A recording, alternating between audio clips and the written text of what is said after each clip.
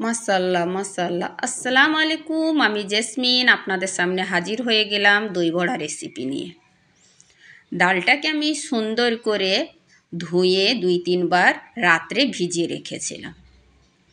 সকালে উঠে ডালটাকে পিষে নিয়ে এক সাইডে রেখে দিলাম। আর একদিকে ধনিয়া পাতাগুলো সুন্দর করে বেছে নিয়ে ধুয়ে নিয়ে 2টো কাঁচা লঙ্কা, 4 কোয়া রসুন আর অর্ধেক টমেটো দিয়ে সুন্দর একটা চাটনি বানিয়ে নিলাম স্বাদ অনুযায়ী লবণ দিয়ে।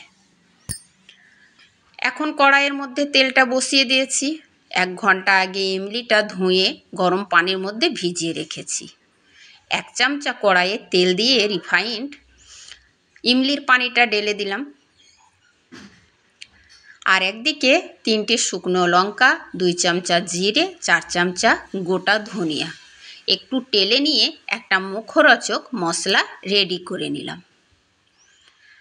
ইমলির পানিটা যখন শেষ হতে এসেছে তখন আমি স্বাদ অনুযায়ী 1 চামচা কালা লবণ, 1 চামচা সাদা লবণ আর স্বাদ অনুযায়ী চিনি, যেহেতু ইমলিটা টক হয়।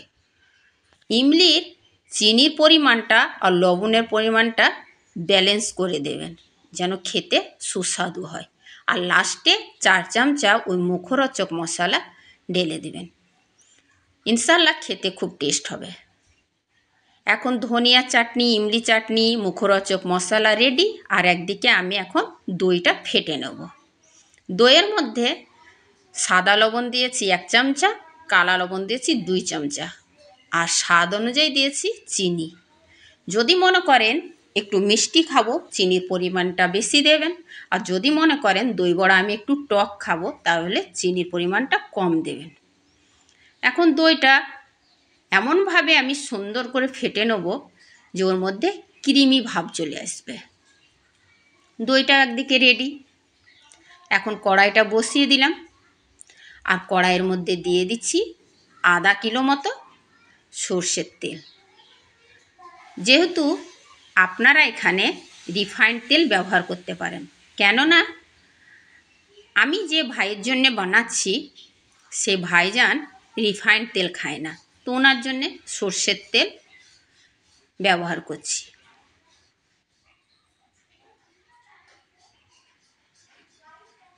এখন আমি সুন্দর করে আপনাদেরকে প্লেট ডেকোরেটটা দেখিয়ে দেব। বড়াগুলো সুন্দর করে প্লেটে সাজিয়ে নেবেন। আর দইয়ের পরিমাণটা সব সময় বেশি দেবেন যাতে বড়াগুলো ডুবে যায়।